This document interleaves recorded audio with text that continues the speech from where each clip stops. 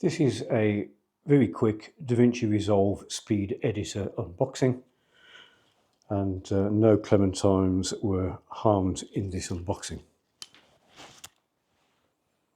So just taken delivery of this today, and very first time of me opening the box.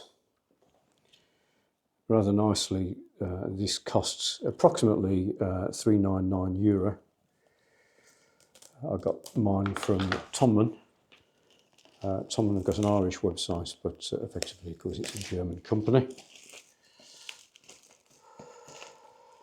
The nice thing about this is it comes with a license for the Davinci Resolve Studio, which is the purchasable software, which has lots and lots of extras, and the latest version, version 19, looks to be utterly excellent indeed, particularly with a lot of its additional audio features.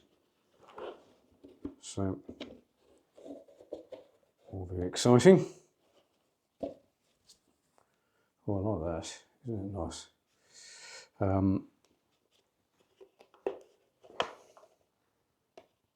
So, obviously the unit itself is very heavy for its size. It's very nice. Oh, those buttons are absolutely bloody marvellous. Okay, a little leaflet, getting started and downloads and all of that kind of stuff. Some stickers. I think they're stickers. Yes, they're stickers. That's rather nice. Davinci Resolve 18.5 Studio. So they're now up to version 19, which is in beta. But that's sealed, so I assume that's got the license keys inside. It gives you two licenses effectively, so you can have it loaded on two machines, and the machines can be different to each other as well. One can be Windows, and the other can be Mac, which is rather nice.